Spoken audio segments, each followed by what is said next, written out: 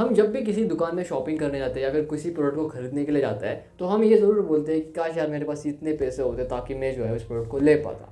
क्या इस प्रोडक्ट के ऊपर ईएमआई मिल सकता है? ये सवाल हमारे मन में ज़रूर आता है।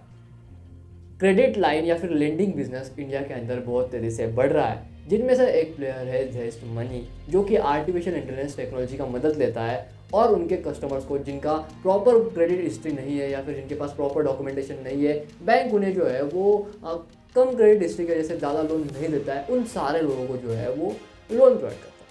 आज के वीडियो में हम बात करने वाले हैं जेस्ट मनी के बारे में और ये जानेंगे कि जेस्ट मनी आखिर क्या है, कि जेस्ट मनी का बिजनेस मॉडल क्या है और आखिर आपको क्यों जेस्ट मनी को चूज़ करना चाहिए। तो मेरा नाम है विश्वेश टोमरे, आप देख रहे हैं मास्टर एंटरप्रेन्योरशिप।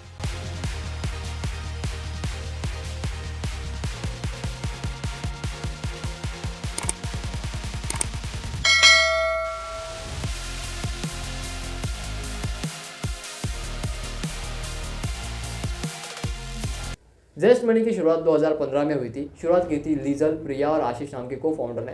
आइडिया बड़ा सिंपल था। इंडिया का जो ऑनलाइन लेंडिंग का मार्केट है वो काफ़ी तेज़ी से बढ़ रहा है, बट इस मार्केट को आज भी कोई सही से टैकल नहीं कर पा रहा है। तो क्यों ना हम इस मार्केट को टैकल कर पाए, उन सारे कस्टमर्स को हम लोन दें जिन्हें बैंक सही से लोन नहीं देता या फिर उनके पास सही क्रेडिट हिस्ट्री नहीं होती है या फिर बैंक को लगता है कि इनकी क्रेडिट हिस्ट्री अभी इतनी अच्छी नहीं है कि इनको जो है वो अच्छा और पर्सनलाइज लोन दे सके। जेस्ट मनी आपको जो है वो हर एक प्रोडक्ट के ऊपर, हर एक सर्विसेज के ऊपर जो है वो ईएमआई फैसिलिटी प्रोवाइड करता है। एजुकेशन से लेके फैशन तक, फैशन से लेके प्रोडक्ट और सर्विसेज तक और वहाँ से लेके आपकी ट्रैवलिंग तक, हर एक चीज़ के ऊपर आपको जो है वो ईएमआई प्रोवाइड करने का ऑप्शन जेस्ट मनी के थ्रू मिलता है। आज जेस्ट मनी के पास 11 मिलियंस यानी कि 1 crore 10 lakh customers, happy customers जो जेस्ट मनी का इस्तेमाल करते हैं, उनके मर्चेंट्स के थ्रू, उनके इंटीग्रेटेड मर्चेंट पार्टनर के थ्रू, जो कि आज डेट में 85,000 से भी ज़्यादा।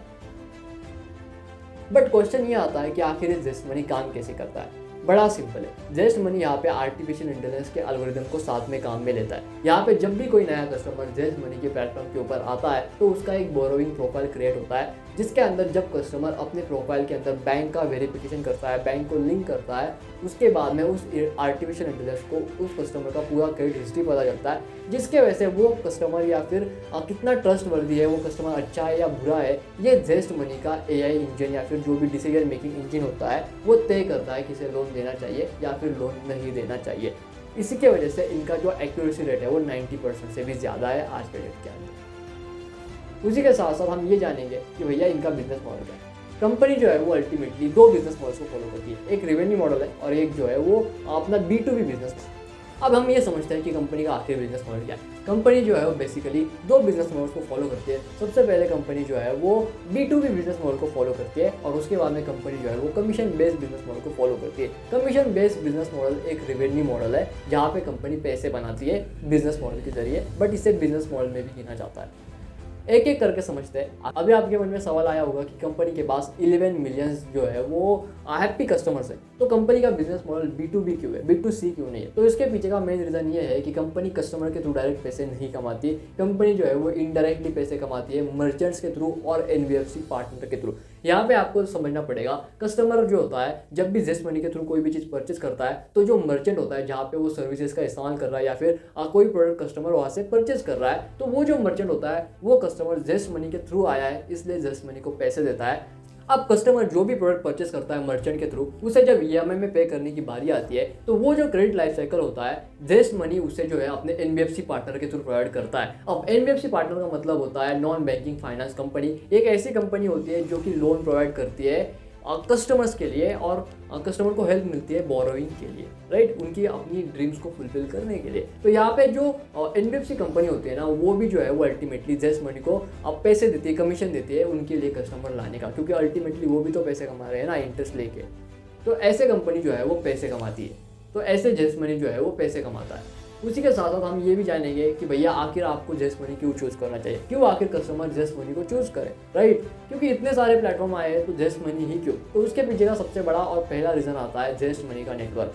जेस्ट मनी के पास बहुत ज़्यादा और पावरफुल बड़ा नेटवर्क है। आज इनके पास 10,000 से भी ज़्यादा ऑनलाइन वेबसाइट्स है जिन्होंने जेस्ट मनी का इंटीग्रेशन किया हुआ है, जिसके बदले में आप ऑनलाइन परचेस के ऊपर भी ईएमआई के थ्रू जो है वो बड़े आराम से पेमेंट कर सकते हैं। सेकंड नंबर पे आता है 75,000 बिजनेसेस का, यानी कि जो ऑफलाइन मर्चेंट्स होता है उनका नेटवर्क। यहाँ पे आप देख लीजिए, आप किसी ऑफलाइन दुकान में जा रहे हैं, वहाँ पे आपको एक कपड़ा पसंद आया या फिर आपको जो है वो एक XYZ प्रोडक्ट पसंद आया, तो आप उसका जो ईएमआई होता है वो डायरेक्ट जेस्ट मनी के थ्रू प्रोवाइड कर सकते हैं, जिसके बदले में आपको जो है वो, अगर आप ऑफर में बैठते हो तो आपको 0% इंटरेस्ट भी मिल सकता है या फिर आपको थोड़ा बहुत इंटरेस्ट भी पे करना पड़ता है।